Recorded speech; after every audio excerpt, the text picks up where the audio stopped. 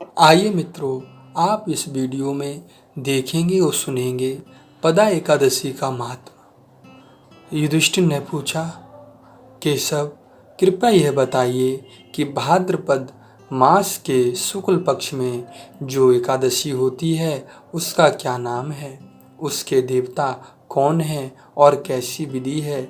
भगवान श्री कृष्ण बोले, राजन, इस विषय में मैं तुम्हें आश्चर्यजनक कथा सुनाता हूँ, जिसे ब्रह्मा जी ने महात्मा नारद से कहा था। नारद जी पूछा, चतुर्मुखी, आपको नमस्कार है। मैं भगवान विष्णु की आराधना के लिए आपके मुख से ये सुनना चाहता हूँ कि भाद्रपद मास के शुक्ल पक्ष में कौन सी एकादशी होती है। ब्रह्मा जी ने कहा, मुनिश्रेष्ठ, तुमने बहुत उत्तम बात पूछी है। क्यों ना हो वैष्णव जो ठहरे। भादव के शुक्ल पक्ष की एकादशी पदा के नाम से विख्यात है। उस दिन भगवान ऋषिकेश की पूजा होती है। यह उत्तम व्रत अवश्य करने योग्य है। सूर्य वंश में मानधाता नामक एक चक्रवर्ती सत्यप्रतिज्ञ और प्रतापी राजऋषि हो गए। वे अपने औरस पुत्रों की भांति धर्मपूर्वक प्रजा का पालन किया करते थे। उनके राज्य में अकाल नहीं पड़ता था, मानसिक चिंता नहीं सताती थी और व्याधियों का प्रकोप भी नहीं होता था। उनकी प्रजा निर्भय और धन्य धान्य से समृद्ध थी। महाराज के कोष में केवल न्याय उपार्जित धन का ही संग्रह था। उनके राज्य में समस्त वर्णों और आश्रमों के लोग अपने अपने धर्म में लगे रहते थे।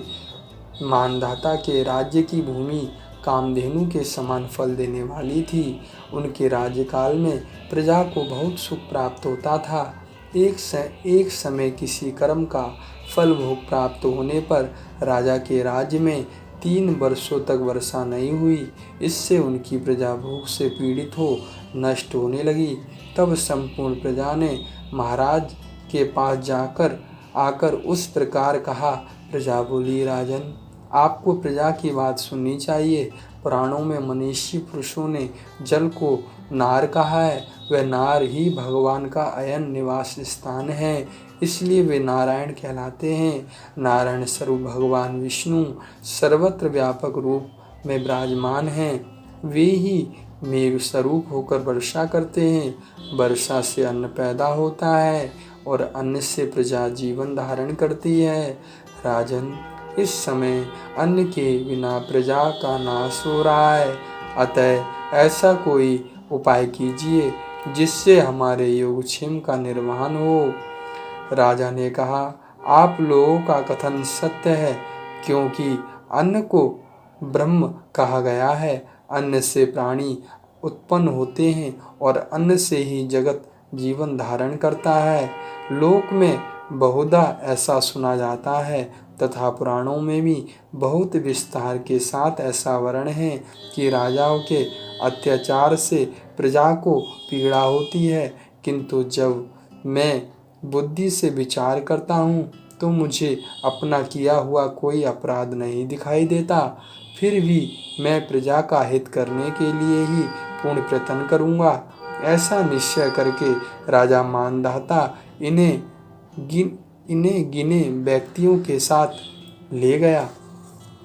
विधाता को प्रणाम करके सघन वन की ओर चल दिए। वहां जाकर मुख्य मुनियों और तपस्वियों के आश्रमों पर घूमते फिरे। एक दिन उन्हें ब्रह्मपुत्र अंगिरा ऋषि के दर्शन हुए। उन पर दृष्टि पड़ते ही राजा हर्ष में भरकर अपने वाहन से उतर पड़े और इंद्रियों को बस में रखते हुए दोनों हाथ जोड़कर उन्होंने मुनि के चरणों में प्रणाम किया। मुनि ने भी स्वस्ति कहकर राजा को अभिनंदन किया और उनके राज्य के 7 अंगों की कुशलता पूछी। राजा ने अपनी कुशलता बताकर मुनि के स्वास्थ्य का समाचार पूछा। मुनि ने राजा को आसन और अर्घ्य दिया। उन्हें ग्रहण करके जब वे मुनि के समीप बैठे तो मुनि ने राजा से आगमन का कारण पूछा। राजा ने कहा, भगवान, मैं धर्मानुकूल प्राणी से पृथ्वी का पालन कर रहा था, फिर भी मेरे राज्य में वर्षा का अभाव हो गया। इसका क्या कारण है? इस बात को मैं नहीं जानता। ऋषि बोले, राजन, सब युगों में उत्तम यह सतयुग है।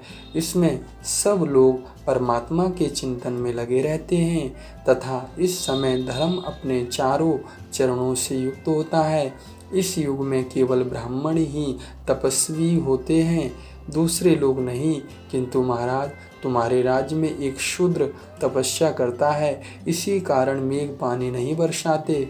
तुम उसके प्रतिकार का यत्न करो, जिससे यह अनावृष्टि का दोष शांत हो जाए। राजा ने कहा, मुनिवर, एक तो वह तपस्या में लगा है और दूसरे वह निरपराध है, अतः मैं उसका अनिष्ट नहीं करूँगा। आप उक्त दोष को शांत करने वाला किसी धर्म का उपदेश कीजिए।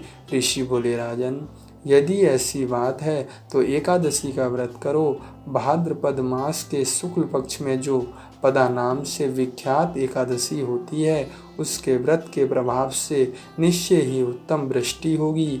नरेश, तुम अपनी प्रजा और परिजनों के साथ इसका व्रत करो। ऋषि के यह वचन सुनकर राजा अपने घर लौट आए। उन्होंने चारों ओर वर्णों के समस्त प्रजा के साथ भादों के शुक्ल पक्ष की पदा एकादशी का व्रत किया। इस प्रकार व्रत पर मेघ पानी बरसाने लगे, पृथ्वी जल से आप्लावित हो गई और हरी भरी खेती से शोभित होने लगी। उस व्रत के प्रभाव से सब लोग सुखी हो गए। भगवान श्री कृष्ण कहते हैं, राजन, इस कारण इस उत्तम व्रत का अनुष्ठान अवश्य करना चाहिए। पदा एकादशी के दिन जल से भरे हुए घड़े और वस्त्र से ढककर दही और चावल के साथ ब्राह्मण को दान देना चाहिए।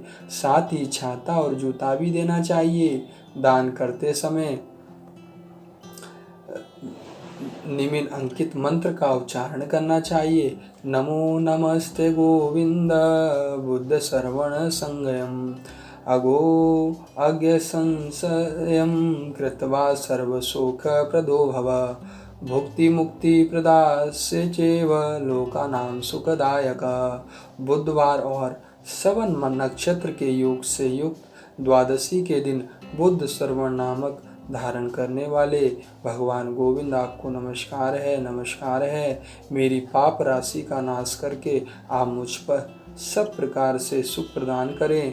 आप पुण्य आत्मजनों को भोग और मोक्ष प्रदान करने वाले तथा सुख देने वाले हैं। राजन, इसके पढ़ने और सुनने से मनुष्य सब पापों से मुक्त हो जाता है। श्री कृष्णाय अर्पणाय अस्तु।